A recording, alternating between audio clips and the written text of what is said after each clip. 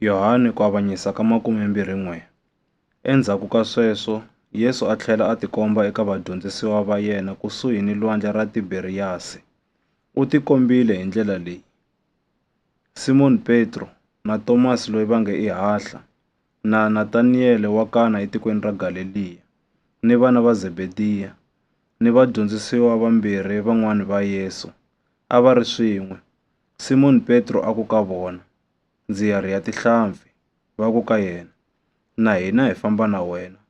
Kutani va suka va ya nghena ebyatsweni bya vona, kambe a va phasanga nchumu vusiku byebyo.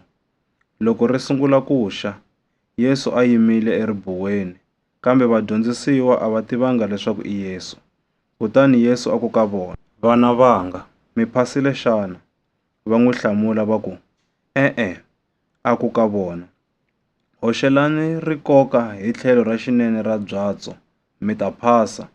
Hi loko va ri hoxa, kutani va tsandzeka ku ri koka hikwalaho ka ku tala ka tihlampfi. Kutani mudyondzisiwa loyi Yesu a n'wi rhandza a ku ka Petro, I hosi.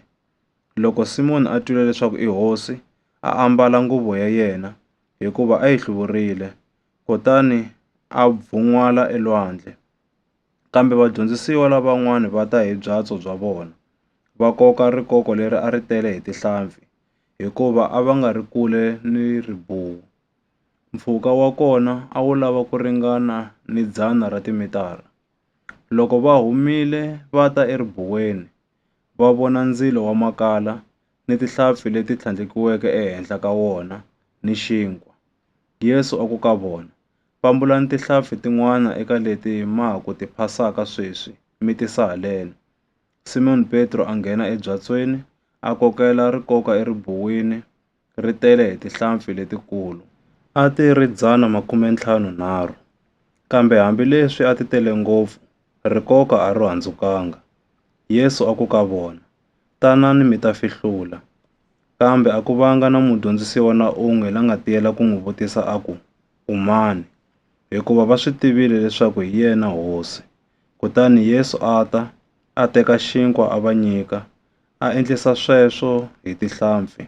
Ku tikomba loku ka Yesu eka vadyondzisiwa va yena a ku ri ka vunharhu, endzhaku ka loko a pfukile ekufeni. Kute loko va fihlurile, Yesu a ku ka Simoni Petro, Simoni n'wana Yohani, xana wa ndzi rhandza ku tlula leswi hinkwaswo ke? A ku ka yena, Ina hosi, wa swi tiva leswaku ndza ku rhandza. Yesu a ku ka yena, risa swinyimpfana swa mina. A engeta ra vumbirhi a ku ka yena, Simoni n'wana Yohani, xana wa ndzi rhandza xana?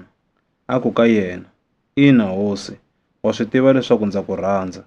Yesu a ku ka yena, hlayisa tinyimpfu ta mina. A engeta ra vunharhu a ku ka yena, Simoni n'wana Yohani, xana wa ndzi rhandza xana?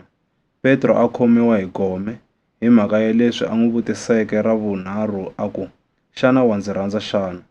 Kutani a ku ka yena, hosi, u tiva hinkwaswo, wa swi tiva leswaku ndza ku rhandza. Yesu a ku ka Petro, risa tinyimpfu ta mina. Ndzi tiyisisile ndzi ri ka wena, enkarhini lowu a wa ha ri lontshwa, a wu tiboha hi wexe hi vamba ra wena, u ya lomu u lavaka ku ya kona. Kambe loko u ta va u dyuharile, u ta tshambuluta mavoko ya wena, kutani un'wana u ta ku boha, a ku yisa lomu u nga laveki ku ya kona. A vurisa sweswo hi ku ringanisa rifu leri Petro a nga ta dzunisa xikwembu ha rona.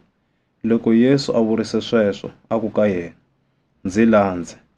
Petro a hundzuluka, kutani a vona mudyondzisiwa loyi a rhandziwa hi Yesu a ri karhi a va landza.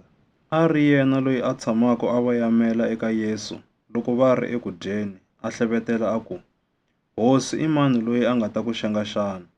Loko Petro a n'wi vonile, a ku ka Yesu, Hosi, swi ta ku yini hi loyi ke? Yesu a ku ka yena, loko ndzi lava leswaku a tshama ndzi kondza ndzi vuya, swi nga va yini eka wena ke? Wena ndzi landze. Hikokwalaho rito rero a nga ri vula ri hangalaka exikarhi ka vamakwavo leswaku mudyondzisiwa loyi a nga ka a nga fi. Kasi Yesu a nga n'wi byelanga leswaku a nga ka a nga fi, kambe a te, loko ndzi lava leswaku a tshama ndzi kondza ndzi vuya, swi nga va yini eka wena ke? Mudyondzisiwa loyi hi yena la vulaka vumbhoni bya timhaka leti, kutani u titsarile. Ha swi tiva leswaku vumbhoni bya yena byi tiyile. Ka ha ri ni timhaka tin'wana leto tala leti Yesu a nga ti endla. Loko ti nga tsariwa ha yin'weyin'we, a ndzi tshembi leswaku misava hinkwayo yona yi nga ringana tibuku leti a ti ta tsariwa.